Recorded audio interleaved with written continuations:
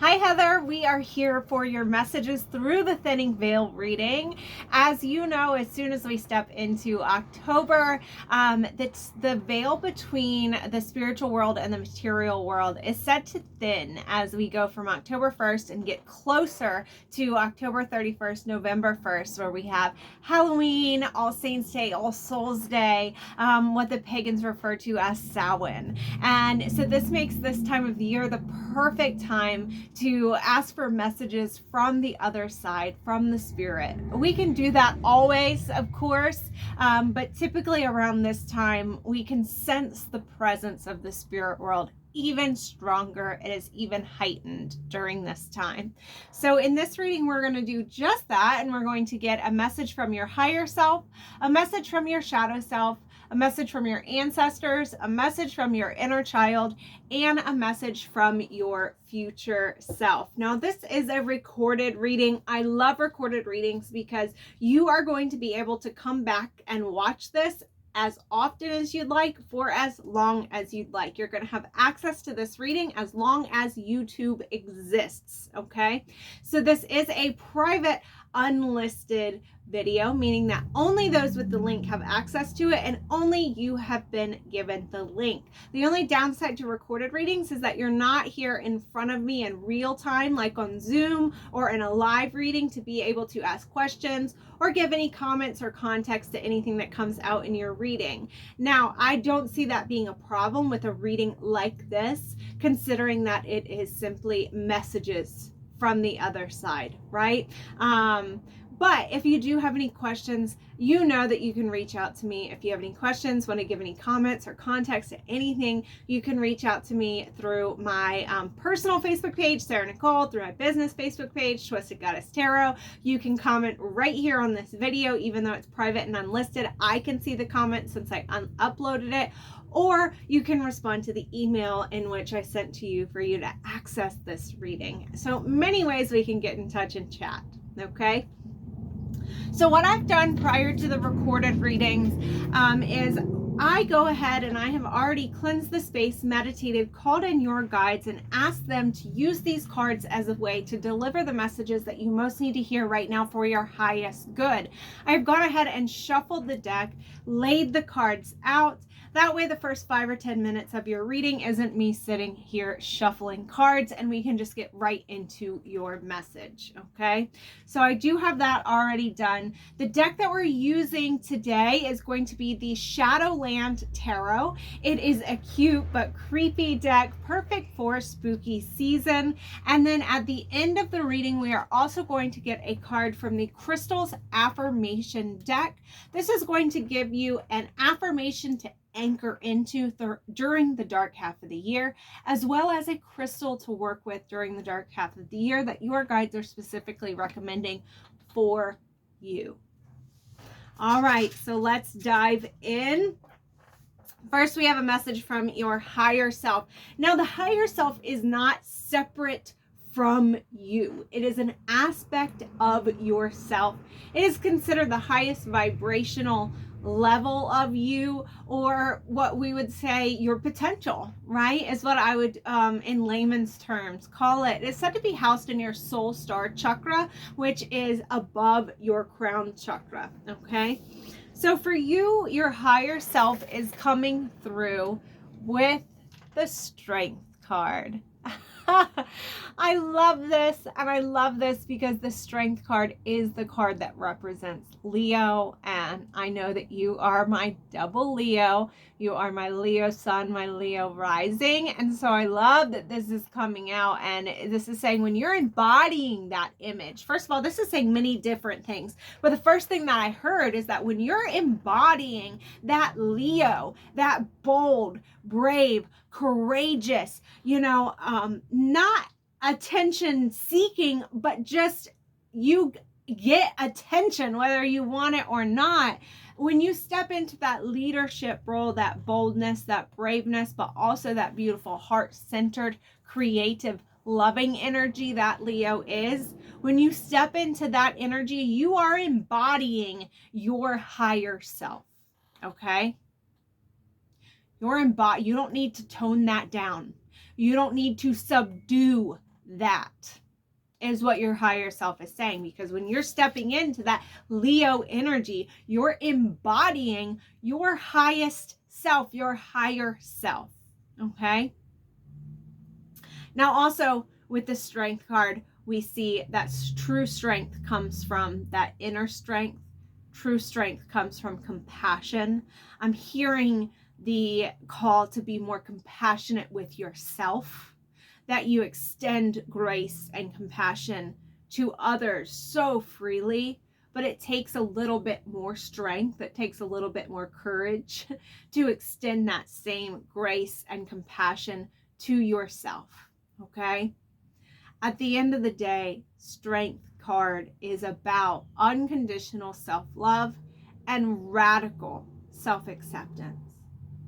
And so your highest self, your higher self, is coming in with this message. Now, oftentimes our higher self comes in with a message of acknowledgement, saying how far we've come in this area already. So your higher self is acknowledging the work that you have already put into this area and how far you've grown. And she's wanting you to take a moment and just look back on that, how far you've grown in this area. But she also steps in with a message of, but we're not quite finished here yet. There's still some work to do here, okay? There's still some of that stepping into your fullness to be done. There's still a little bit more unconditional self-love to be had. We're always on that journey.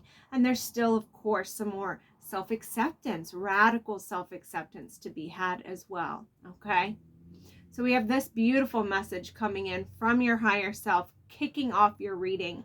I absolutely love that. We're just going to look at this a little bit here. See how in one side we've got the weight, you know, the physical strength aspect of it, the resilience, the ability, the determination, the ability to conquer on.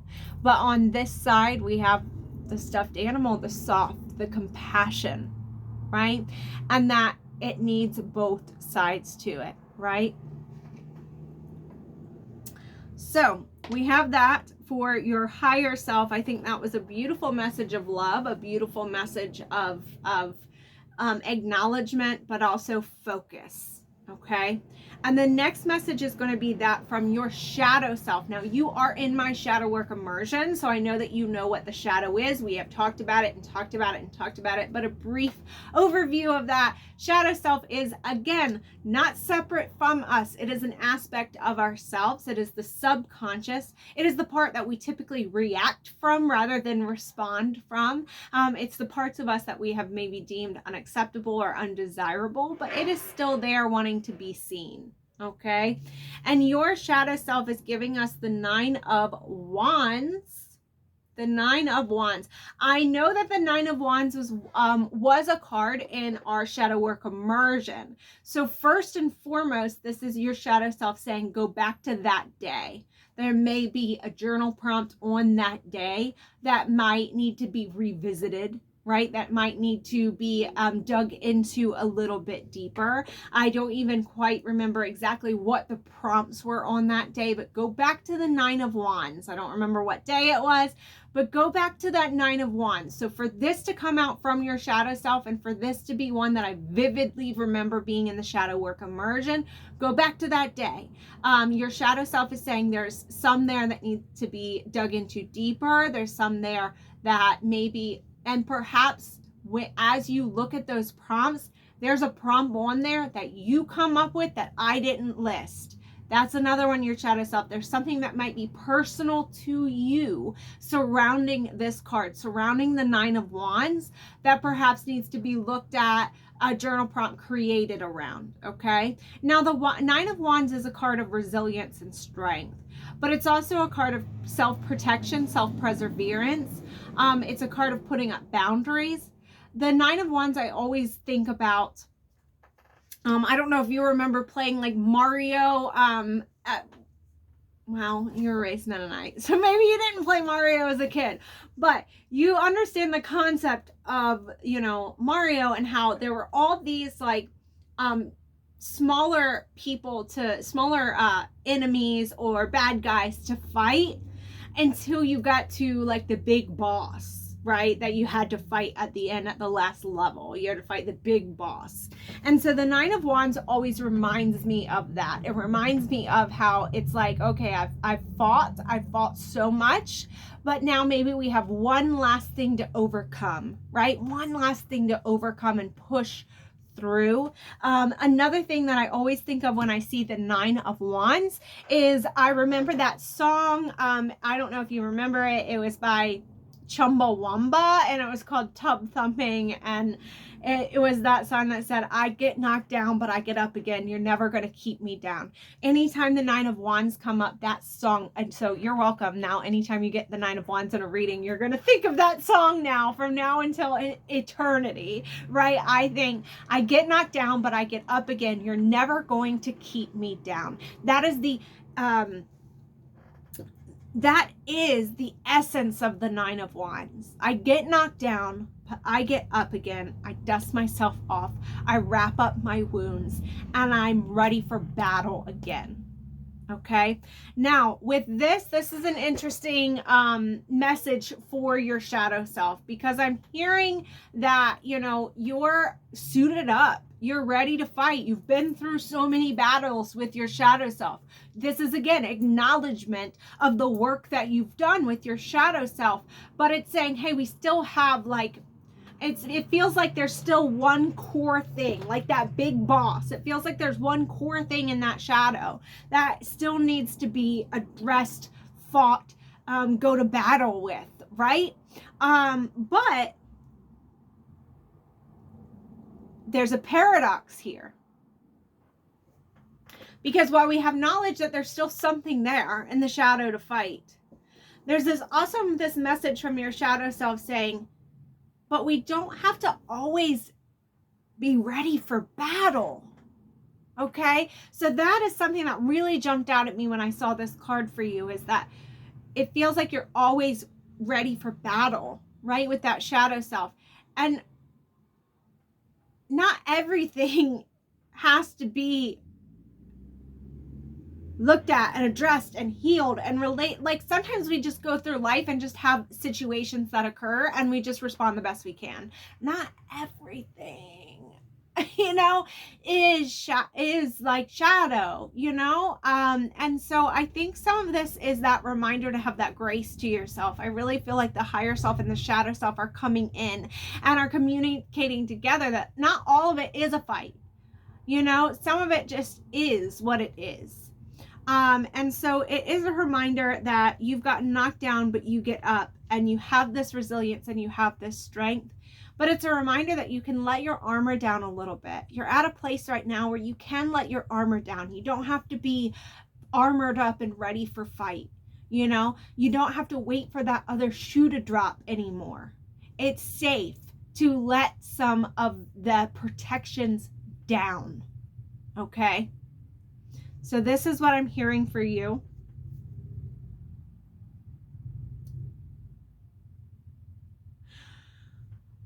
For your ancestors, I'm getting, okay, so your ancestors are coming through with some work for you to do. And I know that you have connected, I know that you connect with your loved ones on the other side. You know, I know that you do that. I know that especially from your father's side, you connect in. I have the Eight of Pentacles, and the Eight of Pentacles speaks to work, and it speaks of perfecting a craft. Okay. And so I really think that the ancestors are coming in and saying that you're connecting with us, but they are saying that it's time to level up your study and your practice to be able to connect with the ancestors even stronger. I think this is them encouraging and agreeing to the Akashic Records course that you're going to be taking, and leveling up your ability to connect with the other side, because the Eight of Pentacles is just that. It's work. It's honing your craft. It's perfecting your craft. Okay. And you can see right here, I love it because in this deck, it's her painting these sugar skulls, and the sugar skulls reference, right, the Day of the Dead, Dia de los Muertos, connecting with those ancestors. And so I absolutely love that this is coming up for you, and it really does. And you can see here how, you know, some of the ones on the shelf are you know, not as great as the one that she's doing right now, because she's perfecting and she's getting deeper and deeper levels of being able to work her magic and do her craft. Okay. And so I love that that's coming up for you. I think that is a go. I think that's saying your ancestors on the other side support you leveling up and developing. And I know that you have a lot of ancestors behind you that, and I know that you know that even when we had, if they in human form, if they were not approving of some of the things that we do, once they get in the spirit side, they understand a little bit more and they approve. And so I think that's a lot of your ancestors just giving you approval, okay, is what I'm seeing here with this card. The green light to continue honing your craft and approval of your craft. Like approval. I have goosies just with that word, like approval. I feel like that was a word you needed to hear. Approval.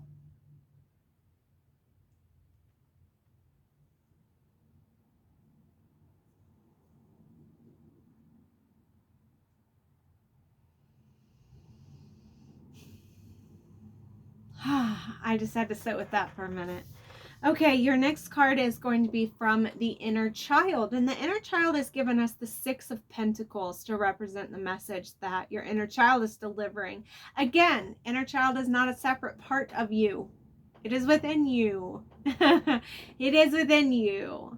And so the Six of Pentacles speaks of balance, speaks of fairness, speaks of equity.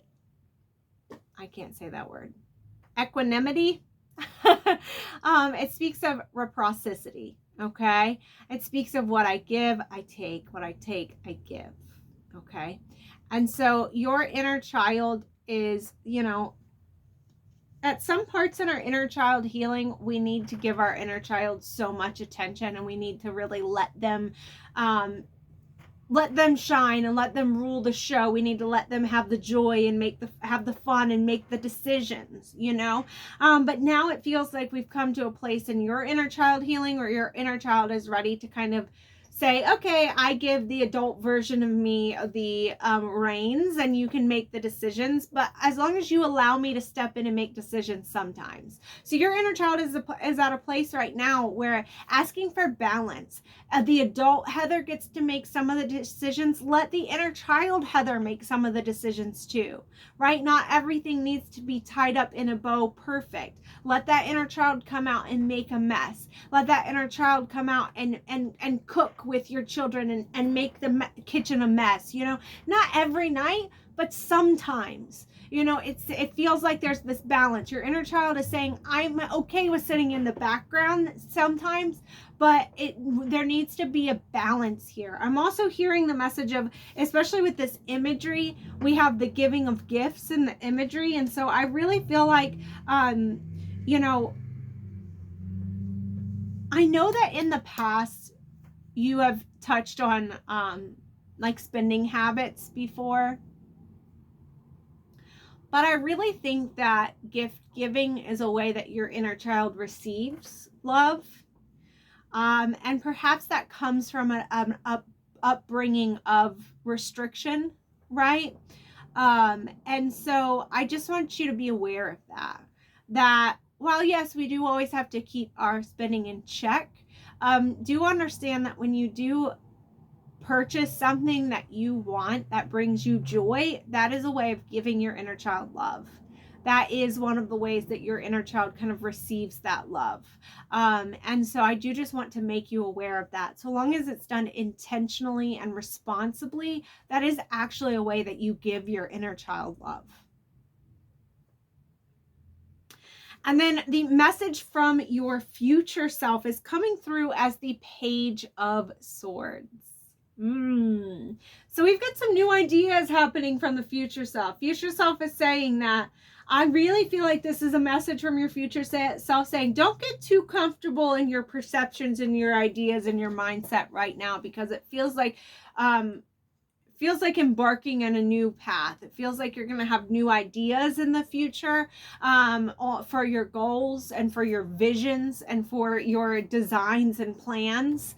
And so it feels like your future self is just telling, they're not really giving me anything specific. Usually the future self doesn't want to give us anything specific because that will then alter the future. It just feels like the future self is saying, remain open-minded, remain flexible, remain adaptable, remain willing to flow and go where the wind blows you. Because it does feel like we're going to have new ideas, mindsets, perceptions, and visions in the future. Okay. Now let's get your crystal affirmation card that just flew across the room. 2 flew across the room. And so I'll allow it. I'll allow the 2. So you got Aragonite and Septarian. Okay, Aragonite and Septarian. Both very grounding crystals. Okay, so I love that. First of all, let's talk about Aragonite. This is about change. This is about embracing the unknown, and also about grounding into that change, grounding into embracing the unknown. Interesting with that future self talking about being open to new mindsets. So Aragonite, I always love this one. It looks like it just looks alien to me. I love it. So Aragonite, the affirmation is, I am ready for new possibilities and experiences that the universe may bring.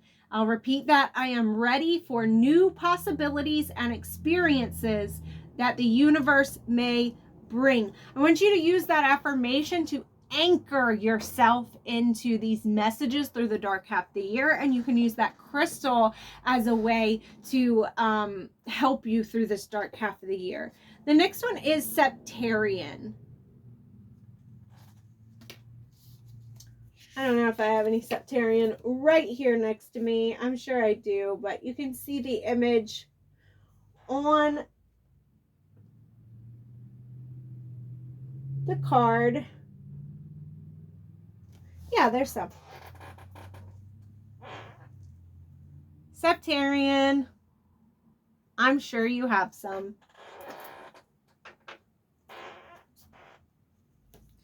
So Septarian is a very grounding stone. It also opens up communication and understanding, okay?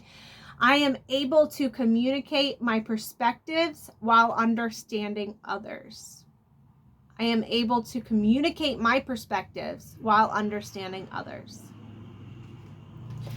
All right, that was your messages through the thinning veil reading. If you have any questions, let me know. Happy spooky season.